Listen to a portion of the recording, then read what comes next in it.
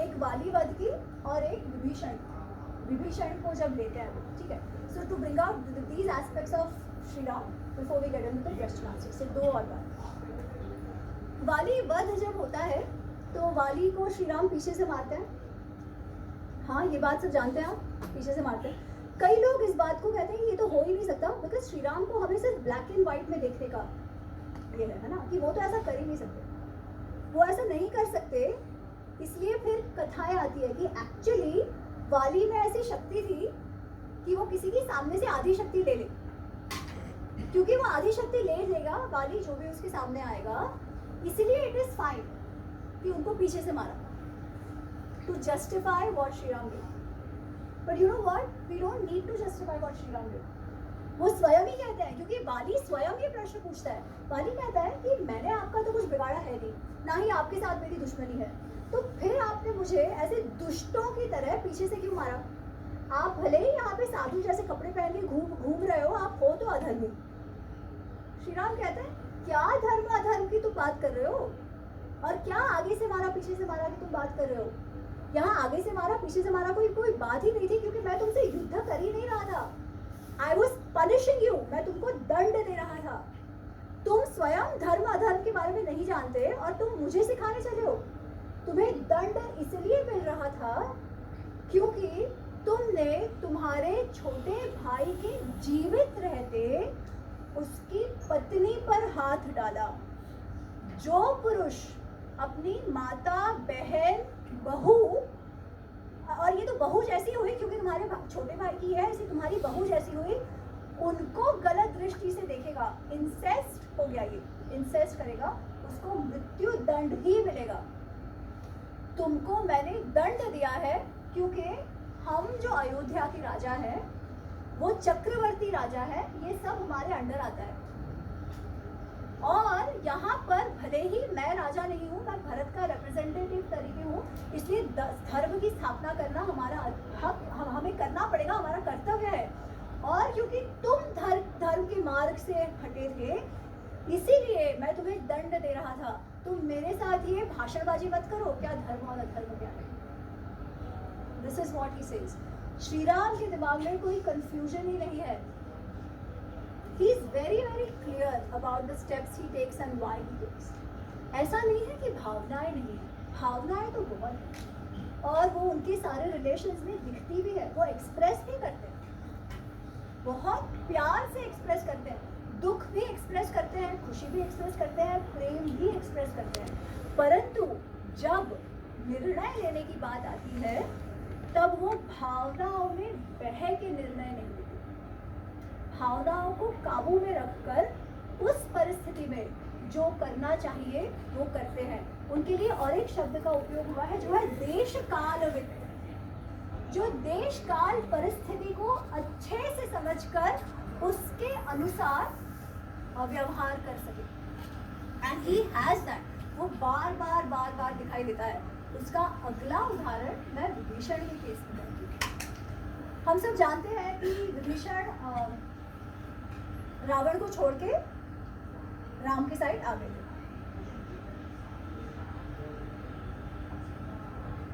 और generally again हम जब सीरियल्स देखते हैं तो उसमें है कि क्योंकि कोई भी आया है, कोई भी शरण में आया है, तो उनको ले लेना।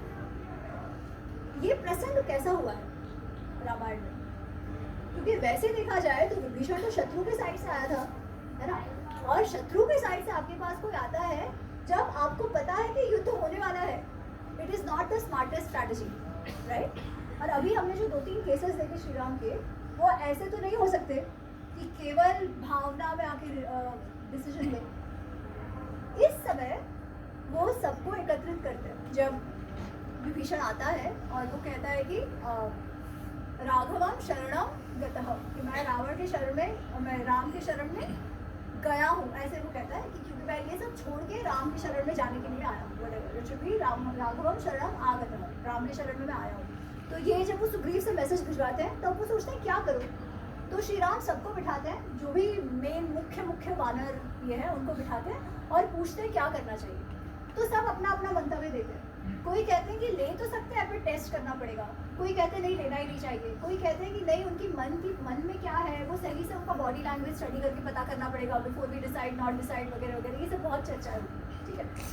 ये चर्चाएं भी बहुत सुंदर है, ये चर्चाएं जो होती है ना सबका जो प्रोज एंड कॉन्स का एनालिसिस वो स्वयं में ही बहुत ही सुंदर रीडिंग है, पर I am not getting into the details of that, I have covered that in the book. The eventual decision जो श्री राम लेते हैं ना, तो ये क्योंकि सुग्रीव श्री राम कहते नहीं बट अब वो मेरे शरण में आया है, आज सही कारण से है, क्योंकि वहां पर उसको उसके भाई ने ना, उसका भाई उसे शत्रु समझने लगा, at least if we go by जो वो कह रहे हैं उसका भाई शत्रु समझने लगा है, इसीलिए कहीं ना कहीं मुझे ऐसा लगता है कि शायद उनको ले सकते हैं, और दूसरा वो शरण में आया है इसलिए मुझे लेना चाहिए भी।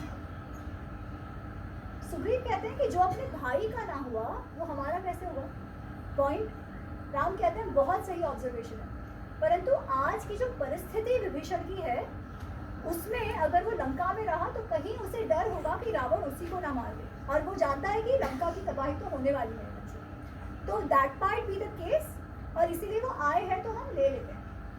अच्छा वो बोल ये रहे हैं आए हैं तो ले लेते हैं, but what is his next action? जैसे ही विभीषण को बुलाते हैं और विभीषण कहता है कि मैं सब छोड़ के आपके शरण में आया हूँ वगैरह वगैरह, राम कहते हैं वाह वाह बहुत अच्छा बहुत अच्छा, और तुरंत उसे बोलते हैं आख्या ही राक्षसा नाम बलम अबलम, तुरंत without wasting any one minute. अभी तो वो आया है ऐसे नहीं कि चलो खा पी लो सो जाओ शांति से बैठो, मेरे शरण में तुम आए हो, आओ मैं तुमको ये करता हूँ, नहीं, immediately he says because he wants to see also ना, भले ही कितना ही भरोसा से लिया है, क्या सच्ची में इसके मन में क्या है, बिकॉज तुरंत जब वो पूछेंगे कि तुम मुझे बताओ कि राक्षसों का स्ट्रेंथ वीकनेसेस क्या है, उनका फोर्टिफिकेशन क्या है, लंका में कितनी सेनाएं हैं, राक्षस जो है उसमें क्या क्या जो बड़े बड़े राक्षस हैं उन सबके बारे में मुझे बताओ।